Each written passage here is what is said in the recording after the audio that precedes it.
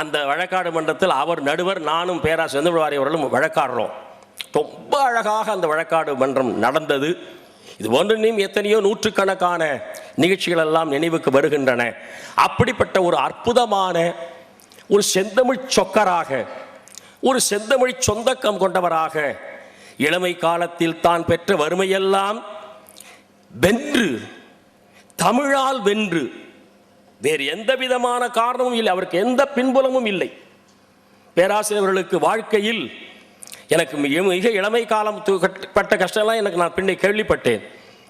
எல்லா விதமான வறுமையையும் எல்லா விதமான வெறுமையையும் பேராசிரியர் அவர்கள் தம்முடைய சொந்த உழைப்பினால் தமிழால் வென்று உலகம் போற்றும் உத்தமராக, உலகம் போற்றும் சால்புடி செல்வராக, உலகம் போற்றும் சாதனை செல்வராக விளங்கி மிளிர்ந்தார் என்று சொன்னால் உழைப்பு உழைப்பு உழைப்பு, அந்த உழைப்பு கிடைத்த மாபெரும் வெற்றி என்பதை தெரிவித்துக் கொண்டு ஒரே ஒரு நிகழ்ச்சி சொல்லி நான் நிறைவு செய்து விடுகிறேன். நான் தர்மையில் பணியாற்றி கொண்டிருந்த காலத்தில் நானும் என்னுடைய மனைவியும் என்ன எதுக்கு சொல்ல வரேன்னா, ஏதோ 10ஓடு 11 பழகிறது இல்லை.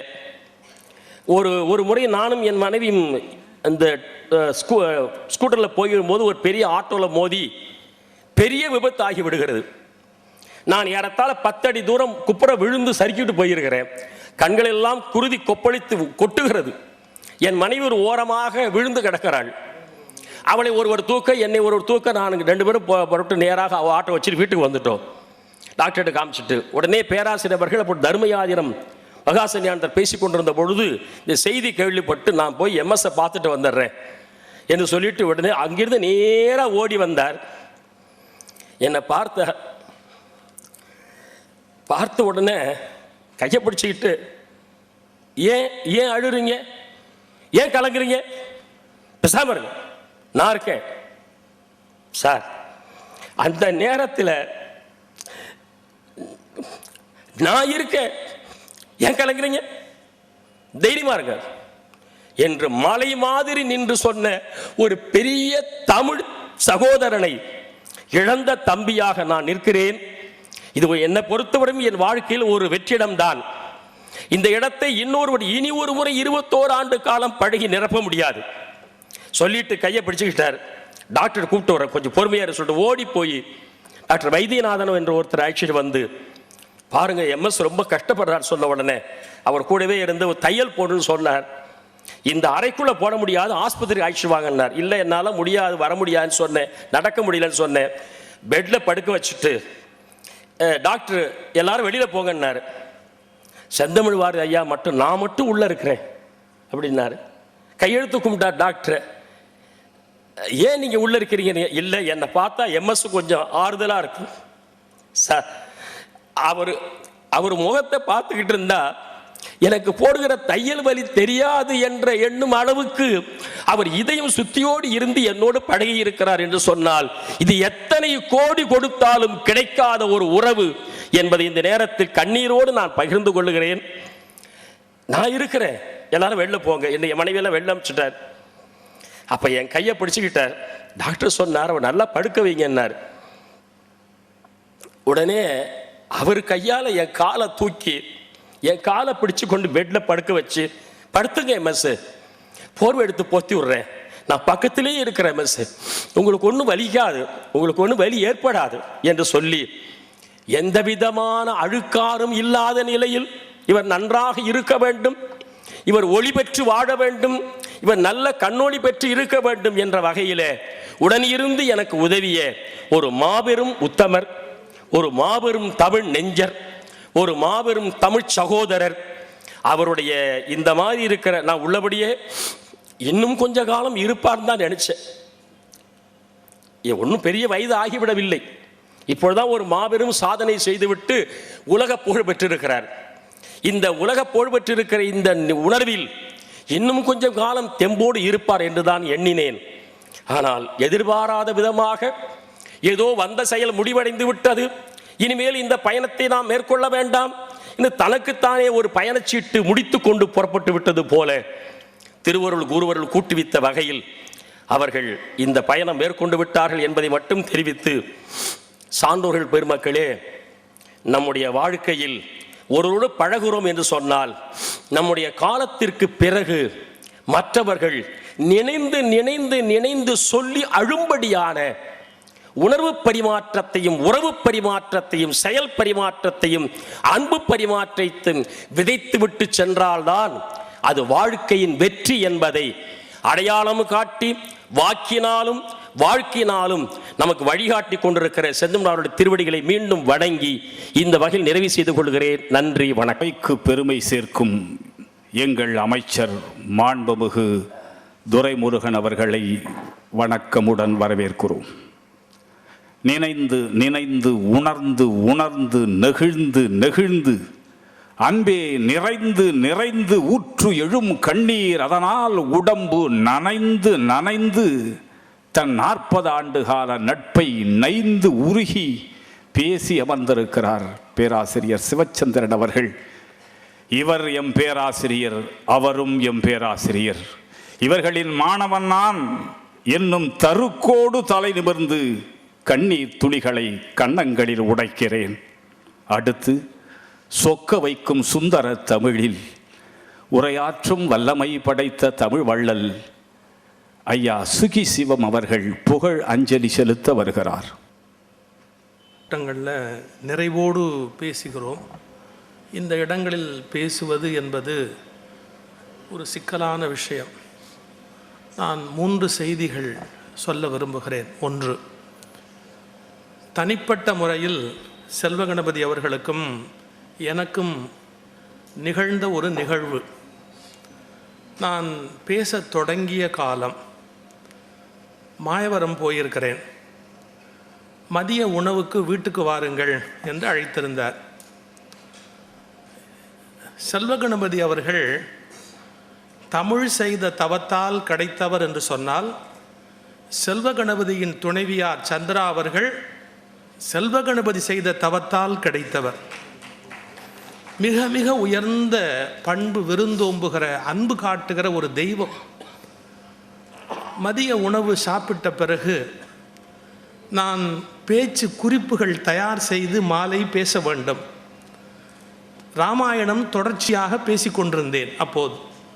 எனவே சாப்பிட்ட உடனே நான் சொன்னேன், அண்ணா நான் புறப்படுகிறேன், அறையில் போய் மாயவரத்தில் அறைக்கு போய் நான் பேச்சு குறிப்பு தயார் செய்ய வேண்டும். நினைச்சே பார்க்க முடியாத ஒரு சம்பவம். செல்வகணபதி கேட்டார், இன்னைக்கு என்ன தலைப்பு தம்பி? சீதா கல்யாணம். எதுக்கு குறிப்பெல்லாம் எடுக்கிறீங்க? அவர் சீதா கல்யாணம் பேசுவதற்கு பாடல் குறிப்பு வைத்திருக்கிற அந்த பேப்பரை கொத்தா எடுத்து என் கையில் கொடுத்து, இதை சும்மா பார்த்துக்கங்க, நீங்கள் போய் பேசுங்க, இதுக்காக நீங்கள் சிரமப்பட வேண்டாம் என்று எந்த பேச்சாளனும் தன்னுடைய சொத்தை கூட மற்றவருக்கு கொடுத்து விடுவான். சேகரித்து வைத்த பேச்சு குறிப்பை இன்னொருவருக்கு கொடுக்க மாட்டான். அந்த காகிதத்தை அப்படியே எடுத்து கையில் கொடுத்து நீங்கள் போய் பேசுங்கள் என்று சொன்ன அந்த நட்பை, அன்பை வாழ்நாளில் என்னால் மறக்க முடியாது. 2, அவருடைய சாதனைகளை பெருமையாக நாம் நினைக்கிறோம். இந்த கலைக்களஞ்சியம் ஒரே ஒரு வரியில் அதை சொல்வதென்று சொன்னால், ஒரு 10-12 மடங்கள் என்ன சாதித்திருக்க முடியுமோ அதை ஒற்றை மனிதனாக சாதித்தது அவருடைய சாதனை. எனவே அவருடைய புகழ் தொடர்ந்து நிற்பதற்கான அந்த அவருடைய பணி, நிலைத்த பணி. அவருடைய பண்பு எப்படிப்பட்டது என்று கேட்டால், ஒருவர் யாரோடும் சண்டையிடுவதில்லை என்று சொன்னால் போர் ஒடுங்கும் புகழ் ஒடுங்கும், அவர்களுக்கு போர் ஒடுங்கும் புகழ் ஒடுங்காது என்று கம்பன் சொன்னார். அதற்கு 100க்கு 100 அடையாளம் சகோதரர் செல்வகணபதி அவர்கள். யாரோடும் அவர்கள் சண்டை வளர்த்து கொள்ள மாட்டார்கள். அவர்கள் யாரிடத்திலும் அந்த இன்முகத்தோடு அன்போடு தன்னுடைய கருத்தை சொல்லி தன்னுடைய உறவை அப்படியே தக்க வைத்துக் கொள்ளுகிற மிகச்சிறந்த பண்பாளர். நான் 3 செய்திகள் அவரை பற்றி சொன்னேன். நிறைவாக வந்திருக்கிற நமக்காக ஒரு செய்தி. மரணம் பற்றி கொஞ்சம் சிந்தியுங்கள். மரணம் என்பது ஒரு சம்பவமா, வெறும் நிகழ்ச்சியா, உயிர் பிரிதலா, உடல் அழிதலா? இது குறித்த சிந்தனையை இது போன்ற இடங்களில் கூட நாம் பெறவில்லை என்று சொன்னால் நம்முடைய ஆன்மீக பயணத்தில் நாம் சரியான பாதையை நோக்கி போக முடியாது.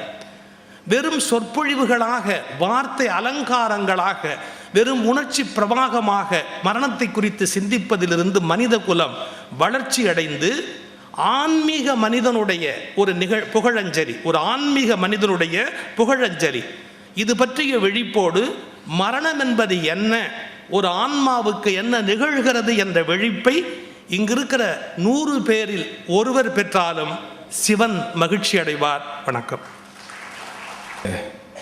மேனாள் அமைச்சர் மாண்புமிகு அண்ணன் துரைமுருகன் அவர்கள்.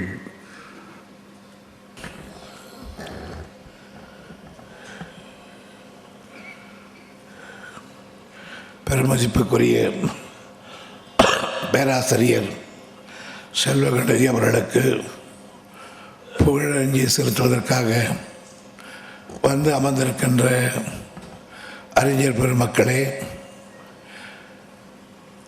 அவையில் கூடியிருக்கின்ற தமிழ் ஆர்வலர்களே, உங்கள் அனைவருக்கும் என்னுடைய அன்பான வணக்கம். பேராசிரியர் செல்வ கணபதி அவர்களை என்னுடைய நண்பர் ஜெகத் ரட்சகன் மூலம் நான் அறிவேன். பழகுவதற்கு இனியவர், ரொம்ப பண்புள்ளவர், எதையும் எடுத்தேன் கவிழ்த்தேன் என்று பேச தெரியாதவர், தன்னை முன்னிலைப்படுத்தி கொண்டு நான் இன்னார் என்று கூட சொல்லாதவர்.